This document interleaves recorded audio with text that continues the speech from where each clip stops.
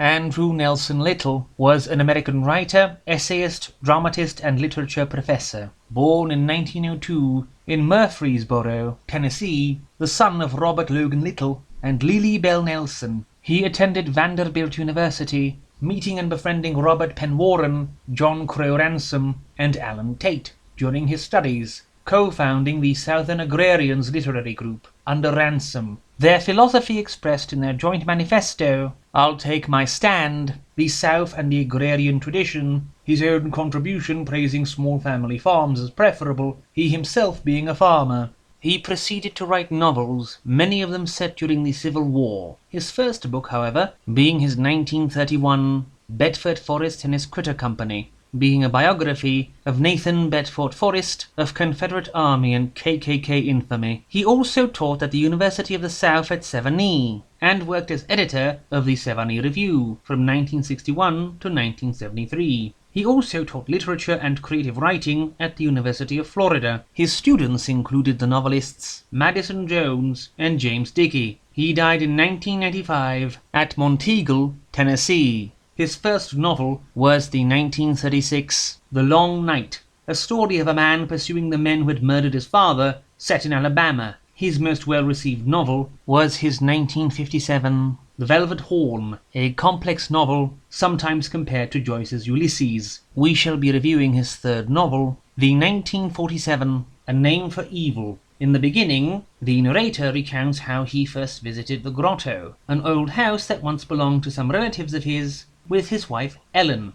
He decides to order the present tenant out, not having a liking for him and his wife, and to take over the place himself if need be. And sure enough, he has great difficulty in finding anyone to take the place as he predicted. When he and Ellen arrive, his wife goes in first, but the door somehow locks itself before he can follow her. What is more, his caretaker Johnny, whose family used to live at the farm, seems evasive about why the upstairs room was not swept at all, until he admits that that is in fact old Major Brent's room, as if that is an explanation. He seems afraid of the dead Major even now, despite him dying before Johnny was even born. Described in his family tradition as a terrible man of ill repute, who would demand 3 days' work done in one, regardless of how many mules or slaves would die in the process. At the same time, while showing a brave front, Ellen clearly does not want to stay, saying it will take years to make the house right again.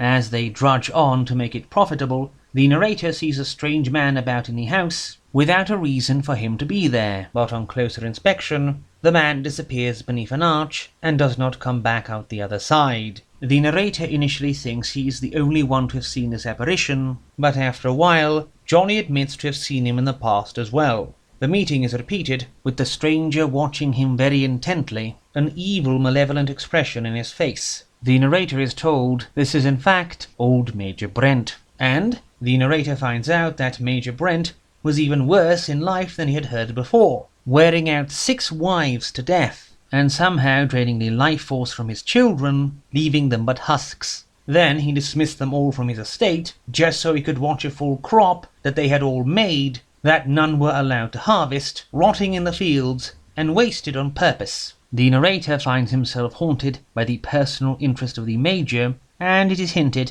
that he has an interest in his wife Ellen as well, for 6 seems to not have been nearly enough for the old Major. The novel is atmospheric, the undead personage of Major Brent being a right old bastard who would have been horrible enough to contend with in life, let alone now, when his enigmatic presence seeps through the entire house. It is a well-written, morbid novel of a haunted house where the enigmatic dead holds chief interest in the story.